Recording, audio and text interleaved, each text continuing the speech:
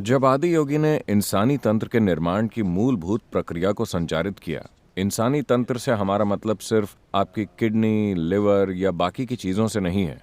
मूलभूत इंसानी तंत्र किस तरह अंदर से बना है, वो कैसे खुद को बनाता है, कैसे काम करता है और हम उसके बारे में क्या कर सकते हैं।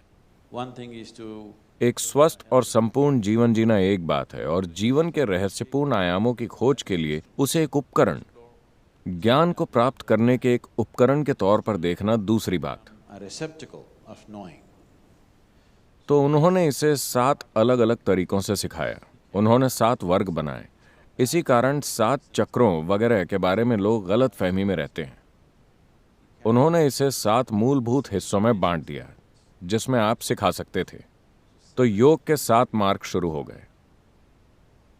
जैसे जैसे दिन बीतते गए या साल बीतते गए या सैकड़ों या हजारों साल बीतते गए, लोगों ने विशेषता हासिल करनी शुरू कर दी।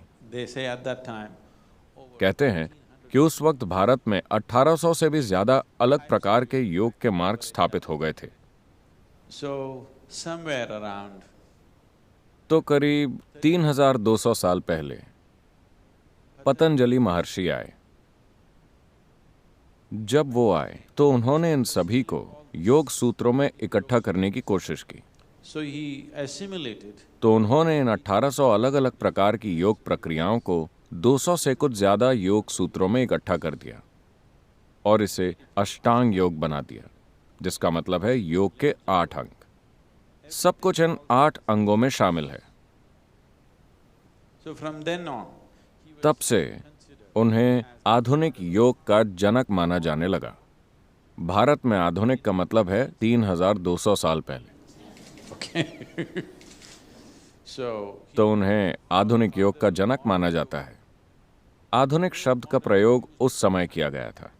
उन्होंने कहा कि पतंजलि नवीन योग के जनक हैं, यानी आधुनिक योग। लेकिन 3200 सालों के बाद भी हम उसी शब्द का उपयोग कर रहे हैं, क्योंकि उन्होंने किसी चीज का फिर से आविष्कार नहीं किया। उन्होंने बस इकट्ठा कर दिया।